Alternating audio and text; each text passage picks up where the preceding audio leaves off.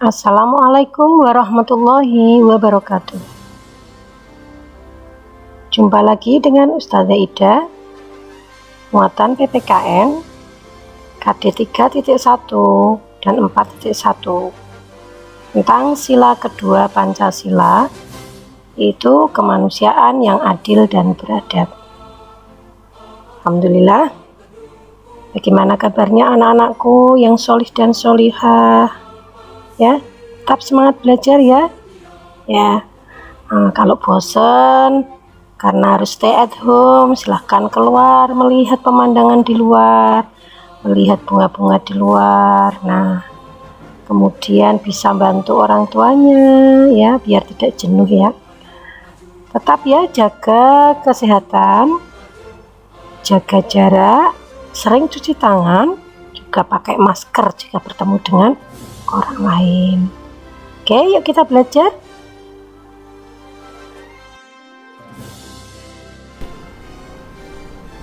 Selanjutnya kita akan membahas tentang hubungan simbol dengan makna sila kedua Pancasila. Simbolnya apa? Ini ada rantai emas ya. Bunyi sila kedua Pancasila yaitu kemanusiaan yang adil dan beradab. Sekarang apa arti simbol rantai yang tersusun dari mata rantai yang berbentuk segi empat dan lingkaran yang saling berkait? Ya, maknanya adalah menempatkan manusia sesuai dengan hakikatnya sebagai makhluk Tuhan. Menempatkan manusia sebagai makhluk Allah.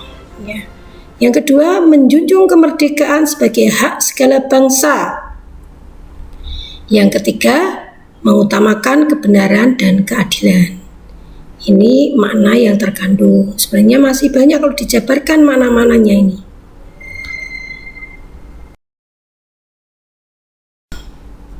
Nah, wujud pengamalan sila kedua Pancasila, ya, wujudnya bagaimana pengamalan sila kedua Pancasila? Yang pertama, mengakui persamaan derajat hak dan kewajiban manusia.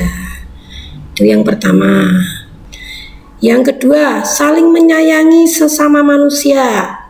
Ini merupakan pengamalan juga sila yang kedua. Saling menyayangi sesama manusia. Tidak pandang itu dia kaya, dia miskin, dia cantik, dia biasa, kemudian warna kulitnya. Nah, ini jadi persoalan untuk kita saling menyayangi. Yang ketiga, meminta maaf jika melakukan kesalahan. Nah, ini harus meminta maaf dan mengakui kesalahan kalau bersalah. Yang keempat, mengembangkan sikap tegang rasa terhadap orang lain. Harus ada tepos liro, unggah-ungguh ya kepada orang lain ya, ada norma ya. Apalagi kita sebagai umat Islam diajari tentang akhlakul karimah. Selanjutnya, menjunjung tinggi nilai kemanusiaan. Nah, ini yang keenam, gemar melakukan kegiatan kemanusiaan, contohnya membantu sesama. Jadi kalau ada orang yang terkena musibah, kita harus punya rasa kemanusiaan untuk membantu. Yang ketujuh, berani membela kebenaran dan keadilan. Nah, jika ada di depan kita sebuah kemungkaran, ya, sebuah ketidakadilan, ada kesalahan, maka kita harus berani meluruskan untuk membela kebenaran dan keadilan. Yang kedelapan, mengembangkan sikap saling menghormati serta bekerja sama dengan orang lain. Ya, jadi sikap menghormati dan bekerja sama itu harus dikembangkan. Ya, ini akan menghilangkan sikap egoisme, sikap individualisme ya. Di Indonesia di bawah Pancasila, sila-sila itu mengajarkan kita untuk kita saling bekerja sama dan saling menghormati antar sesama. Di sini kalian bisa melihat ada contoh sikap yang sesuai dengan sila kedua Pancasila. Nanti kalian bisa lihat ya contoh sikap-sikap yang sesuai sila kedua Pancasila itu pada teks-teks cerita yang ada di buku paket kalian. Perhatikan gambar yang ada di layar. Perhatikan, ini ada nenek-nenek. Maka kita sebagai insan ya yang paham tentang sila kedua Pancasila harus tahu sikap apa yang harus kita lakukan yang sesuai dengan sila kedua, yaitu menolong.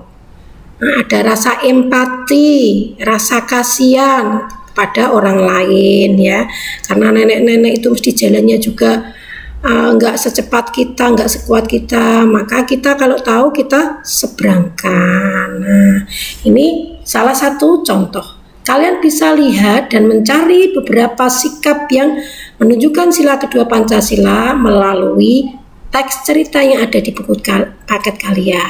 Selanjutnya kalian bisa melihat contoh lagi ya pengamalan sila kedua ya di gambar-gambar yang Ustazah berikan. Ini contohnya ya, mau bermain bersama meskipun berbeda agama, berbeda ras atau warna kulit. Itu tidak menjadikan penghalang kita untuk saling ya berkenalan, bermain bersama. Selanjutnya lihat gambar kedua. Jika Ustazah tanya apa contoh pengamalan sila kedua ya, saling berbagi ya. Saling berbagi, di sini ada berbagi makanan, berbagi bekal. Ini. Selanjutnya saling menyayangi antar manusia, ya. Tidak pandang mereka dari suku apa, mereka dari ras bagaimana.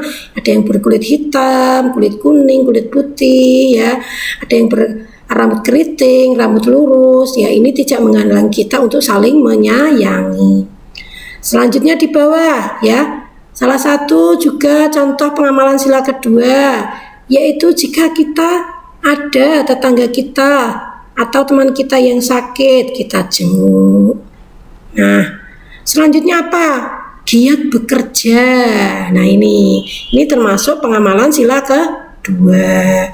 Dan saling menghormati. Tidak ada yang merasa pekerjaan si A, si B lebih mulia. Ya, kemudian di gambar yang terakhir ini kalian bisa melihat kerja bakti.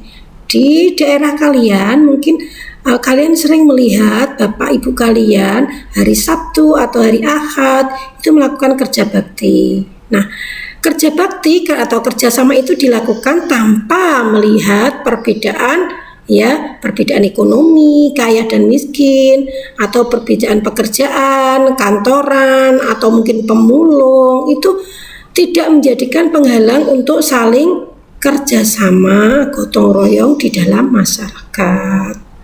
Nah, di sila kedua ini ya sebenarnya sama dengan apa yang diajarkan di dalam Islam. Di Islam kita sudah diberitahu sama Allah, inna akramakum indallahi atqakum. Sesungguhnya yang paling mulia di sisi Allah adalah orang-orang yang bertakwa. Apa itu takwa? Takwa itu melaksanakan kewajiban dan menjauhi larangan. Siapa yang banyak melakukan ketaatan, kewajiban, kemudian yang berusaha untuk menjauhi larangan, mereka yang paling mulia. Tidak mereka harus dari orang kaya, tidak memandang itu. Jadi tidak memandang kaya, miskin, cantik, tidak cantik, cakep, keriting dan lurus dan sebagainya. Allah tidak memandang itu, ya.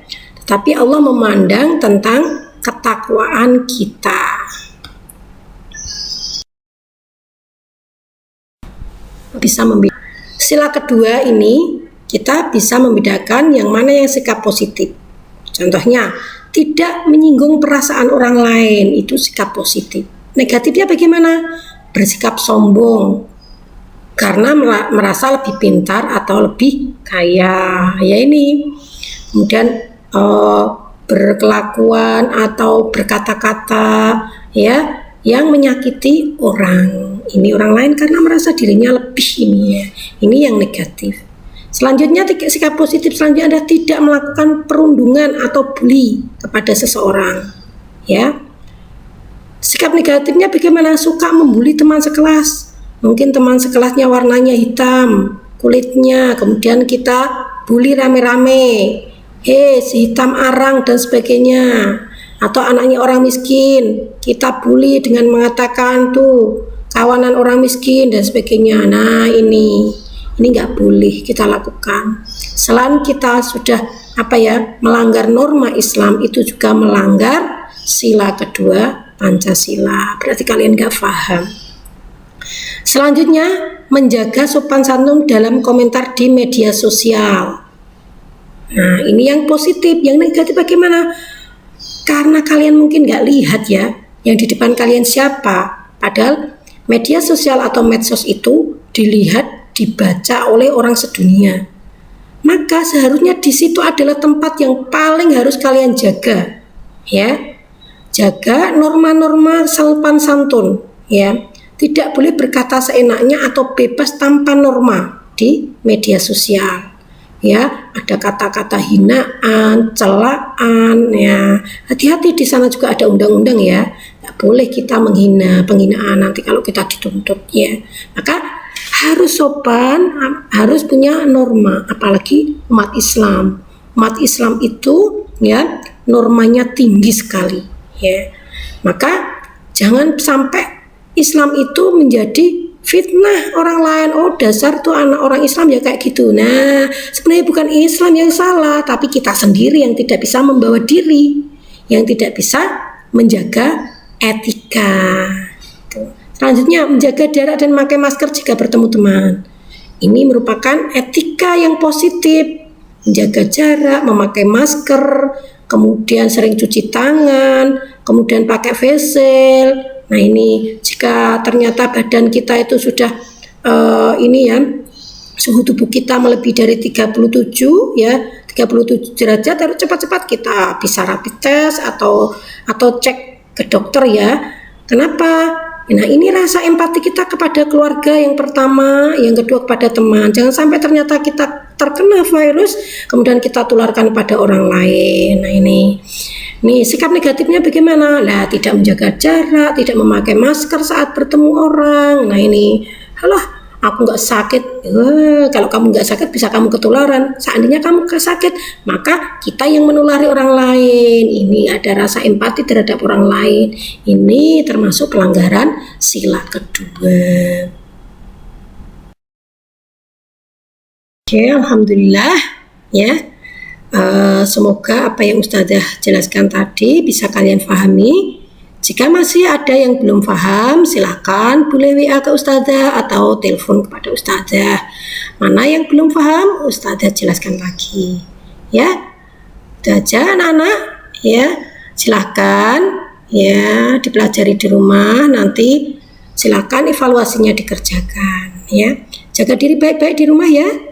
Jangan lupa sholat 5 waktu, jaga kesehatan, ya istirahat yang cukup. Ya, sampai jumpa lagi di lain kesempatan. Assalamualaikum warahmatullahi wabarakatuh.